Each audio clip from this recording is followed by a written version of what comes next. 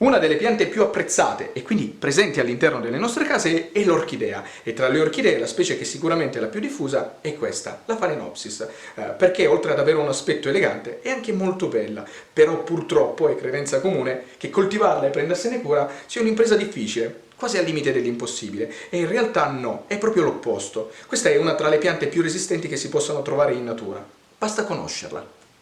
Quando decidiamo di portare in casa una pianta, la regola principale, quella base, è quella di conoscerla, quindi capire l'ambiente dal quale proviene e una volta che questo è in casa cercare di riprodurlo. Quindi si parla di luce, temperatura ed acqua, ma non solo, anche eventuali malattie alla quale potrebbe essere sottoposta e la pulizia. In questo video vi spiegherò inoltre come riuscire a farla rifiorire e come farla riprodurre. Quindi per chi è alle prime armi e questa pianta casomai non la conosce, io consiglio di seguire questo video perché è davvero molto utile. La prima cosa da sapere è che le orchidee si dividono in due grandi famiglie, quelle terricole e quelle epifite. Quelle terricole sono quelle, per intenderci, che hanno le radici come tutte le altre piante che abbiamo in casa, che vanno all'interno della terra. Invece le epifite sono quelle dotate di un apparato radicale aereo, ovvero delle radici che hanno bisogno di luce e di aria. La Phalaenopsis fa parte della famiglia delle epifite ed è proprio per questo che le sue radici non andranno mai assolutamente coperte, anzi dovranno essere esposte alla luce, e le radici sono fotosintetizzanti ed è proprio per questo che hanno quel caratteristico colore verde o grigio argentato. Primo punto, luce e temperatura. Ricreare le condizioni al fine di fare vivere bene questa pianta è davvero molto semplice. Quindi, per quanto riguarda la temperatura, dovrà oscillare tra un minimo di 15 e un massimo di 32 gradi. Questa è una pianta che ama molto l'umidità, quindi soprattutto d'estate andrà vaporizzata anche una volta al giorno, ma solo le foglie, mi raccomando, non bagnate i fiori. E quando vaporizzate state attenti che non si creino dei ristagni d'acqua nel centro della pianta, perché questi potrebbero fare marcire le prime due foglioline e quindi fare morire proprio la pianta. Altra cosa che ama molto è l'esposizione alla luce, quindi molta luce ma mai sole diretto, quindi mai raggi del sole direttamente che la colpiscano, soprattutto d'estate, perché rischierebbe di essere bruciata e quindi morire. Se la tenete in giardino o in balcone, casomai tenetela sotto una tettoia oppure sotto una pianta. Se le tenete all'interno di casa, mi raccomando, casomai tra i raggi del sole e la pianta fate in modo che ci sia una tenda che li filtri. Altra cosa che teme molto sono i cambi repentini di temperatura e le correnti d'aria, quindi casomai d'inverno, se dovete fare cambiare aria all'interno di casa e aprite una finestra, se la pianta è vicino spostatela. Secondo punto, irrigazione e concimazione. Una delle principali cause di morte, probabilmente la prima, di questa pianta è un'errata irrigazione, quindi o troppa poca acqua. Molte persone purtroppo sono convinte che questa sia una pianta da bagnare a cadenza, ovvero ogni settimana, ogni 2, ogni 3. In realtà no, la pianta va bagnata solo e unicamente quando realmente ne ha bisogno. Se uno dei vostri timori è quello di non capire quando la pianta avrà bisogno di essere bagnata o meno, vi assicuro che lei farà di tutto per comunicarvelo, come in questo caso. Il primo metodo, infatti, per capire se c'è una carenza di acqua o meno, è quello del controllo delle foglie. Se normalmente le foglie stanno su e poi di colpo vanno giù, come in questo caso, e si presentano mollicce e al tatto molto morbide, allora vorrà dire che molto probabilmente è in carenza d'acqua. Altro metodo utile ed importante per capire se la pianta ha bisogno o meno di essere bagnata è il controllo delle radici. Quindi quando le radici da un argento vivo diventeranno un marroncino come in questo caso e addirittura tenderanno a seccare, vorrà dire che la pianta dovrà essere bagnata, e anche il prima possibile, perché se no anche in questo caso rischierete che la pianta muoia, proprio perché una volta che le radici diventeranno così, guardate, non avranno più modo di assorbire nulla, anzi si staccheranno e la pianta, se non ne avrà altre, morirà. L'ultimo metodo che vi propongo, che secondo me è anche il migliore perché previene la richiesta della pianta, quindi non vedrete foglie che vanno giù o radici che si spezzano, perché praticamente darete l'acqua alla pianta prima che lei ve lo chieda, è quello di prendere un dito e andare a toccare la corteccia che c'è nel pane radicale. Se sentirete che la corteccia è asciutta, vorrà dire che appunto avrà bisogno di acqua, ma per ulteriore conferma prendete tutto il vaso e tiratelo su. Se sentirete che la pianta è leggera, e vi assicuro che una differenza si sente tra una pianta che è bagnata e una che è asciutta, quindi quando sentirete che la pianta è davvero leggera, allora sarà proprio il momento di andare a rimettere acqua all'interno del vaso con una bella annaffiatura.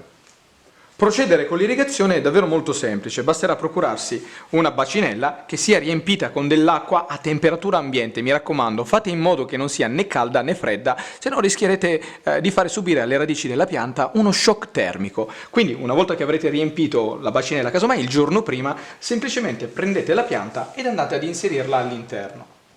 Fate in modo che il livello dell'acqua non superi mai il livello della corteccia, proprio per evitare che l'acqua tocchi il centro della pianta, perché se dovesse capitare la pianta potrebbe marcire. Una volta inserita nell'acqua, lasciare questa in immersione per circa 20 minuti e, passati questi, sarà sufficiente prenderla, tirarla via e lasciare scolare tutta l'acqua che c'è in eccesso, quindi sino a che ci saranno goccioline che vanno via, mi raccomando lasciatela scolare. Dopodiché andatela a posizionare dove la mettete di solito, ma è tassativo che nel sottovaso, quello che appunto dovrà ospitare poi il vaso, non ci siano assolutamente residui di acqua. Questa pianta, come d'altronde qualsiasi altro tipo di essere vivente, oltre che di bere, ha anche il bisogno di mangiare e nella fattispecie il suo cibo è il concime, che può essere sotto forma solida, quindi delle capsuline da mettere all'interno della corteccia, oppure liquida. Io consiglio, se usate quello liquido, di scioglierlo all'interno dell'acqua che utilizzerete per andare ad immergere la pianta, come in questo caso nella bacinella, e di farlo ogni 3 annaffiature normali, alla quarta praticamente diluire questo concime e se ce la fate trovatelo ricco di azoto proteico. Questo permetterà di ottenere una fioritura molto più duratura e più intensa. Però, mi raccomando, non concimate mai la pianta durante il periodo di fioritura, quindi o prima o dopo. Terzo punto, travaso. Questa operazione avviene essenzialmente per 3 motivi. Il primo è quello che la pianta, casomai, sviluppa un apparato radicale molto importante, come in questo caso, quindi ci sono delle radici esterne e quelle interne. Quando quelle esterne praticamente sono in questo modo, quindi molto sviluppate, è un buon segno, ma non è quello che ci farà capire se cambiare il vasetto oppure no. A noi interessano quelle interne. Quando queste riempiranno tutto il vaso, e lo si vedrà perché il vaso è trasparente, allora sarà il momento di cambiare il vaso e prenderne uno leggermente più grande, di un paio di centimetri, non di più. Quindi sarà sufficiente tirare via il tutto, fare una buona pulizia, quindi una cernita delle radici buone, e poi reinserire tutto all'interno del nuovo vaso. Il secondo motivo è quello di cambiare la corteccia che c'è all'interno del vaso, proprio perché la vita media di questa corteccia è di circa 2-3 anni, dopodiché tenderà a sfaldarsi e diventare simile alla terra, non permettendo più ai raggi del sole di andare all'interno e toccare le radici. E se il sole non tocca le radici, per la pianta sarà davvero un problema, proprio perché questa trae nutrimento anche dalla forza che gli danno le radici tramite azione clorofilliana, ma avviene solo se le radici sono esposte alla luce. Il terzo motivo, che è quello che reputo più importante, è che nell'ipotesi che la pianta venga colpita da una malattia, quindi funghi, muffe e batteri, questa venga immediatamente pulita, quindi tolto il vaso e buttato, tolta la corteccia e sostituita e poi disinfettata tutta la pianta, quindi radici e foglie. Se non lo farete, correrete davvero il rischio che la pianta muoia. Mi raccomando, non eseguire mai questa operazione durante il periodo di fioritura della pianta, aspettare che perda tutti i fiori, dopodiché procedere. Altra cosa importante è che le radici aeree, quelle esterne, queste per intenderci, debbano rimanere, anche una volta ultimata questa operazione, all'esterno del vaso, perché se doveste metterle all'interno, queste correrebbero il serio rischio di marcire.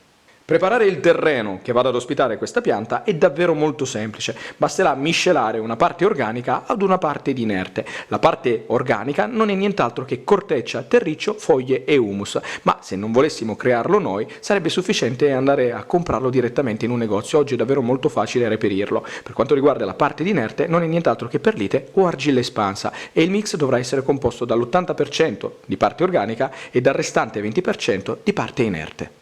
Una volta preparato il terreno non resterà altro che estrarre la pianta dal vaso. Io vi consiglio, per favorire questa operazione, di bagnare la pianta casomai il giorno prima. In questo modo le radici, riempendosi di acqua, diventeranno più turgide e quindi leggermente più resistenti alle sollecitazioni. Ovviamente se non starete attenti le spezzerete comunque, ma in questo modo saranno leggermente più forti. Per estrarre la pianta, innanzitutto controllate che non ci siano, come in questo caso, delle radici che bloccheranno l'eventuale estrazione, quindi eliminatele. Strappatele, come ho fatto io in questo modo. Dopodiché girate la pianta, non vi preoccupate se cadrà la corteccia, tanto dovrà essere rimossa, schiacciate il vaso nella parte inferiore e guardate un po', ecco qua, è venuto via tutto. Adesso procedete e pulite. Addirittura questa ha ancora il piccolo vaso nel quale è stata coltivata prima di essere inserita nel vaso più grosso. Questo dovrà essere eliminato. Per farlo prendete semplicemente delle cesoie e andate a tagliare. State attenti a non rimuovere delle eventuali radici. Dopodiché andiamo ed eliminiamo qualsiasi cosa che ci sia come residuo intorno alle radici. Stiamo attenti perché le radici sono davvero molto fragili, quindi rischierete di romperle e rompere soprattutto quelle che sono ancora buone. ed alla fine otterrete questo, quindi una pianta priva della maggior parte della corteccia, però ancora qualche residuo c'è. Se vogliamo provare a pulire un po' meglio queste radici sarà sufficiente prendere una bacinella, riempirla con dell'acqua e immergere il tutto dentro. Lasciate a mollo per qualche minuto, dopodiché tiratela via e togliete tutto quello che non si è tolto. Guardate quanti ne sono rimasti nell'acqua. Questi sono tutti pezzi che se no sarebbero rimasti attaccati alle radici. Quando andate a pulire l'apparato radicale, mi raccomando, togliete tutto quello che vi sembra marcio o ammalorato. Quindi queste che sono marroncine, togliamole. Quelle che, come questa sia addirittura staccata da sola, hanno questo aspetto, mi raccomando, eliminatele. Per farlo o le strappate direttamente con le mani o tagliatele con qualche attrezzo, ma mi raccomando, tassativamente questo attrezzo dovrà essere sterilizzato. I vasi che si dovranno utilizzare per questa pianta sono sempre e tassativamente trasparenti, possono essere in plastica, mi raccomando sempre forati, se non avessero fori createli, o in vetro. Io quelli in vetro non li consiglio perché è difficilissimo trovare dei contenitori in vetro che abbiano dei fori. Se non avessero i fori non permetterebbero comunque il deflusso dell'acqua e quindi potrebbero causare il marciume delle piante, quindi mi raccomando, sempre se potete in plastica, forati e trasparenti. Procediamo ed andiamo ad inserire la pianta e la corteccia all'interno del vaso. La prima cosa che dovremo fare è, come vedete, la pianta ha delle radici che tendono ad andare all'esterno ma creano un vuoto all'interno, quindi andiamo inizialmente a prendere un po' di corteccia e cercare di fare in questa maniera, guardate. Ecco qua. Riempiamo prima il vuoto che c'è all'interno, dopodiché prendiamo il vaso, mettiamo qualche centimetro nella parte inferiore ed andiamo ad inserire la pianta, così, guardate. Dopodiché, piano piano, questa era dentro quindi la possiamo rimettere dentro, andiamo ad inserire la corteccia spingendo verso la parte esterna del vaso, se no rischieremmo di rompere le radici. Così. Battiamo in modo che la corteccia vada in basso e facciamo questa operazione sino a che non sarà completamente pieno il vaso di corteccia. Ecco qua. Ed alla fine otterremo questo. Ho centrato perfettamente la pianta all'interno del vaso ed in più ho lasciato il colletto, questa è una cosa molto importante, 2 cm sopra il filo del vaso. Guardate, questo è il colletto e questo è il filo del vaso. Altra cosa molto importante è quella di non bagnare la pianta per almeno 2 giorni dopo il travaso. Questo perché dopo che avete tagliato e pulito le radici, nel punto in cui avete tagliato ci sono delle parti vive, quindi se dovessero venire a contatto con l'acqua potrebbero marcire. Aspettando 2 giorni si creerà un film protettivo e a quel punto potrete bagnare senza fare correre alcun rischio alla pianta. Quarto punto, come farla fiorire. Tra le cose più apprezzate di questa pianta sicuramente troviamo la fioritura, perché oltre ad essere bella ed imponente ha anche il vantaggio che rispetto a un fiore normale che dura pochi giorni, dura parecchi mesi, può arrivare sino a 3 mesi e, cosa ancora più bella, ogni pianta, se trattata nel migliore dei modi, potrà arrivare a generare sino a 3 fioriture durante l'arco dell'anno.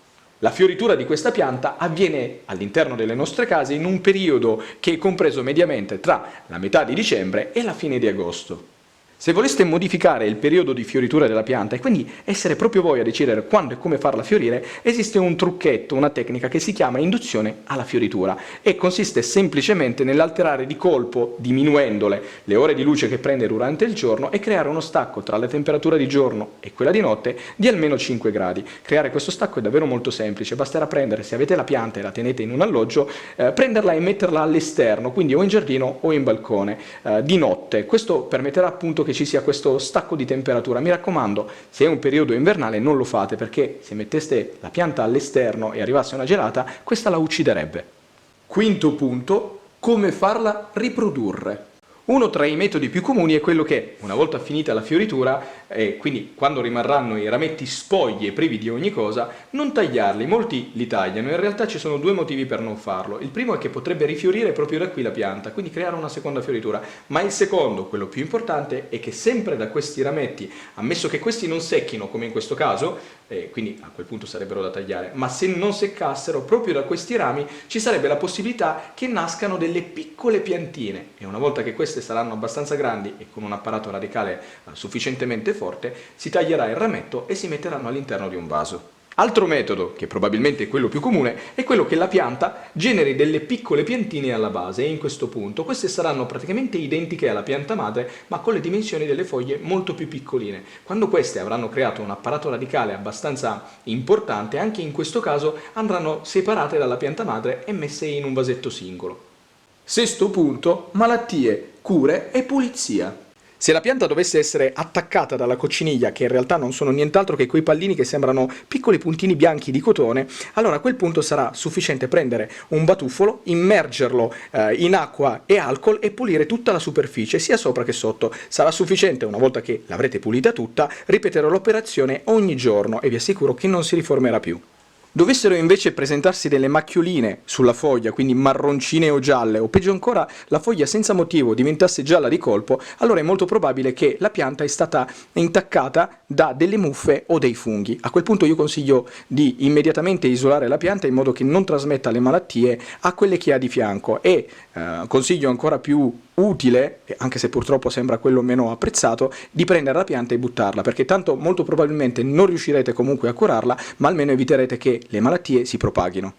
La prevenzione in questi casi è la cura più efficace, quindi proprio per prevenire la formazione di funghi, muffe e batteri occorrerà eseguire una pulizia costante ed accurata della pianta. Quindi per esempio quando c'è una fioritura, come in questo caso che sfiorisce e fa cadere i fiori, toglierli immediatamente. Così pulite tutta la parte della base della pianta, in modo che appunto queste non marciscano e non creino nessun tipo di malattia. Stessa cosa vale anche per le foglie, però qui non c'è l'obbligo di toglierle, potreste semplicemente aspettare che la pianta le faccia seccare e poi queste cadranno da sole, però a quel punto, quando saranno cadute, toglietele immediatamente. Nell'ipotesi che invece non vi piaccia avere una pianta con delle foglioline gialle, potreste toglierla direttamente voi, in due modi. Il primo è semplicemente prendere una forbicina, mi raccomando, pulire bene e sterilizzare la forbice con dell'alcol e poi andare il più vicino possibile alla base della foglia e tagliare. Il secondo metodo è quello che semplicemente si pratichi uno strappo, quindi si vada ad aprire la foglia in questo modo, la si apra così, guardate, una volta aperta la si tiri via, 1 e 2. In questo modo non avrete toccato questa parte senza quindi aver rischiato di trasmettere delle muffe o comunque dei batteri alla pianta. Lasciate semplicemente che questa secchi. Per eliminare il rametto invece dovrete andare a guardare gli internodi, che sono questi. Sono quei piccoli anellini che si notano sullo stelo del fiore. Quindi si potrà procedere sempre o con una forbice, mi raccomando sempre sterile, o direttamente con le dita. Molti dicono di non toccarli e farli seccare sulla pianta perché la pianta soffre quando gli si tagliano, però se esteticamente non vi piacciono e volete avere una pianta che non abbia questi rami secchi, allora sarà sufficiente appunto o in questo caso prendere e tagliare, così, e la pianta farà asciugare poi questo punto, oppure semplicemente prendere e staccare di netto. Mi raccomando, deve essere un taglio netto, uno strappo netto, perché se no rischierete che poi la pianta si pieghi. Così, taglio netto e via. E anche in questo caso aspettate che si asciughi. E con questo il video si conclude, spero che vi sia piaciuto e che vi sia servito per imparare qualcosa di nuovo, di utile e di divertente. Se vi è piaciuto mi raccomando, lasciate un commento, mettete un mi piace, ma soprattutto iscrivetevi al canale e già che ci siete dategli anche un'occhiata. E se volete, se vi è piaciuto il video, condividetelo sui social perché così facendo mi aiuterete a fare crescere il canale. Detto questo vi saluto e vi aspetto al prossimo video.